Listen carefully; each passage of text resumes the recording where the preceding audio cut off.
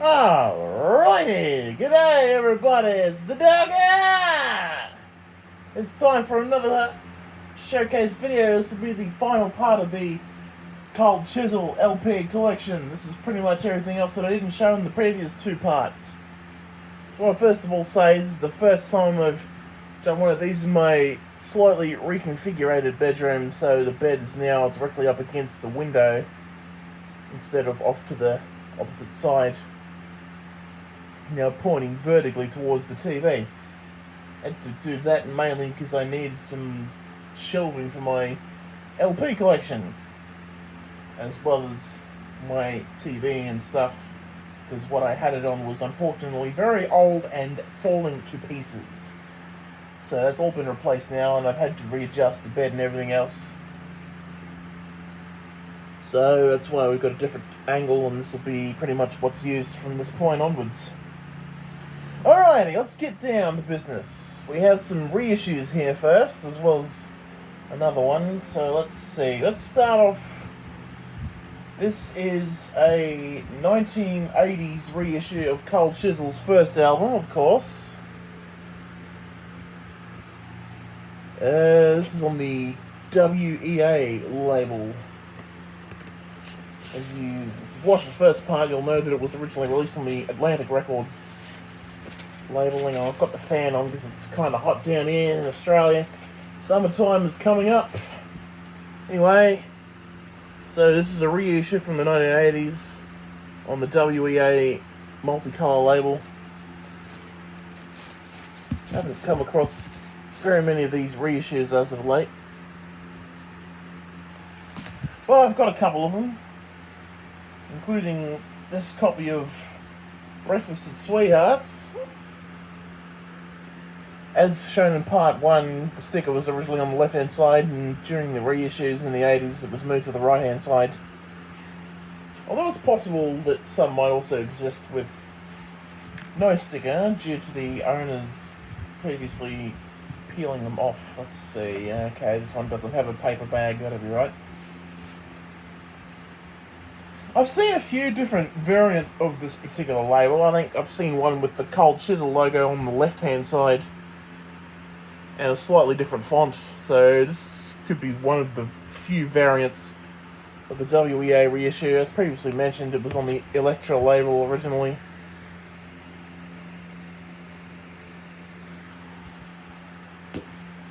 Alright. Cold Chisel's final single, released in 1979, was probably one of their biggest hits of all time, Choir Girl. And I have the 12-inch single of that. It has a rather plain looking front cover. It originally had a sticker on the top right hand corner, but unfortunately it got removed before I got my hands on it, so let's just pull out the actual single itself. As we know, it's a track from the East album. I think this was released in November, of 1979, not 100% certain. And on the flip side is a live version of K-San. Okay, somebody's name written there. Davin Roberts, I think it says. I believe the 7-inch version of the single features a live version of Conversations instead of K-San, I believe. Okay, now we move on to the US version of East. The same front cover was used, of course. Jimmy Barnes pretending to sleep in the bathtub with the Japanese headband on upside down. But if you look at the rear cover, it's a different picture than what was used on the Australian rear cover, and the track listing is different. You'll notice the tracks Ita, which is of course about Ita Buttrose. For those who don't know her outside of Australia, be sure to look up on her. And of course, Four Walls is missing. Instead, we've got a slightly re-edited version of K-San. Don't ask me why that was chosen. I'm guessing the higher-ups at the Elektra label over in the US thought that was a better choice. Anyway, this is rather a thin LP compared to the Australian version. Very cheaply made.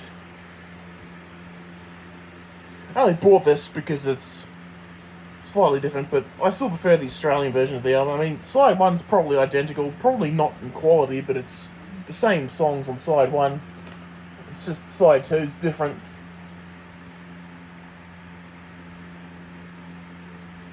At least I kept my major two favourites from side two, you know, Star Hotel and My Turn to Cry. If they'd removed those two, I would have definitely been super mad, because those are two of my favourites from Cold Chisel's back catalogue. Alright, I got a couple of reissues of their fourth studio album, Circus Animals. Well, actually, one of them might possibly be an original, but it's a misprint. Have a look at the back cover, and you'll see the track listing is not correct. Bow River should be the second track after You Got Nothing I Want, and No Good For You should be the second track on side two after Wild Colonial Boy. I've not seen this misprint very often, and it was the first copy of the album that I bought. The label is the same as the other original pressing. I might just show it to you again, because it's been a little while. I think it was last week, but otherwise the label's pretty much exactly the same, so I'll just show it again anyway. As you can see, the labels are correct.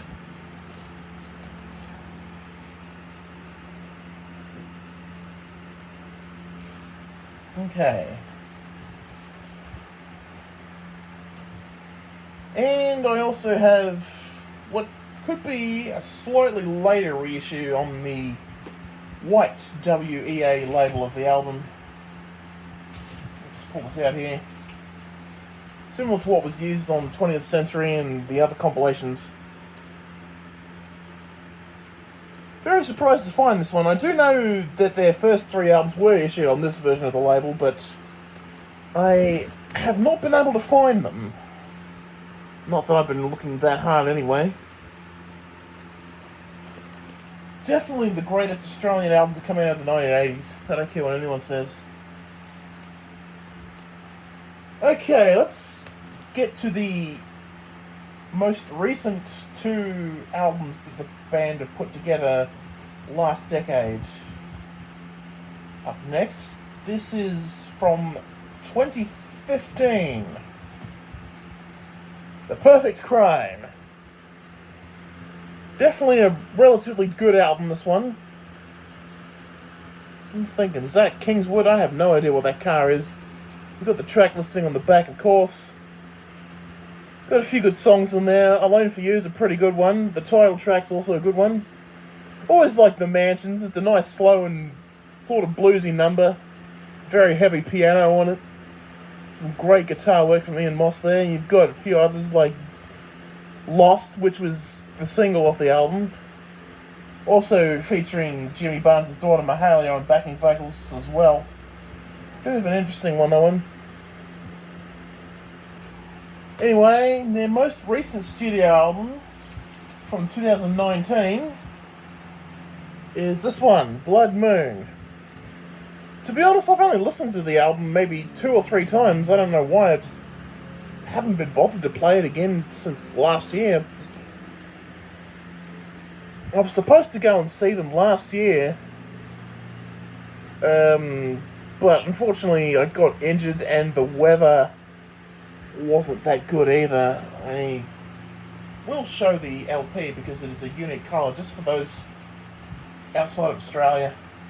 Let's have a look at the insert. I know I didn't show the records of The Perfect Crime. I'm sorry about that. It's just, this is going to be a long one as it is. This is the current lineup of the band.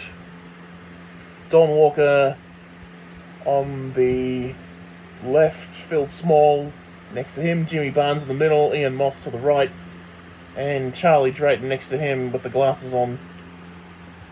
We've got the lyrics on the back, but they're in a weird text. Anyway, let's look at the unique coloured LP. It's a nice browny orange. Having listened to this a couple of times, there are some pretty interesting tracks. I find that getting the band back together is a pretty groovy one. Definitely shows elements of the Chisel of old, and you've got Drive, that's a pretty good one. I Hit the Wall hilariously reminds me of I Fought the Law, especially because the chorus line is pretty much the exact same.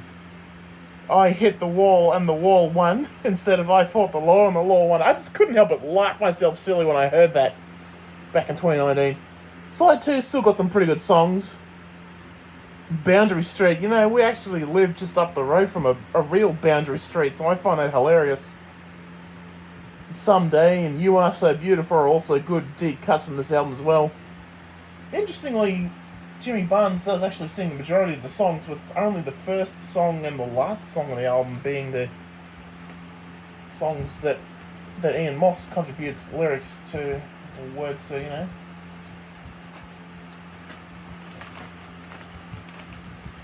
Would have been nice to see them live last year. As I said, I wasn't able to. And that was just before the pandemic took off, so I'm kind of glad I didn't go anyway. Anyway, let's get to the rest of the albums. Originally released exclusively through the band's website around the time the 2015 box set came out, this was also given a brief release to record stores as well. Cold Chisel live at St. Leonard's Park, 28th of May 1978. Definitely one of Cold Chisel's finest radio broadcasts. This is one of very few that exists. I mean, you've got a few songs in there, you've got some pretty interesting arrangements.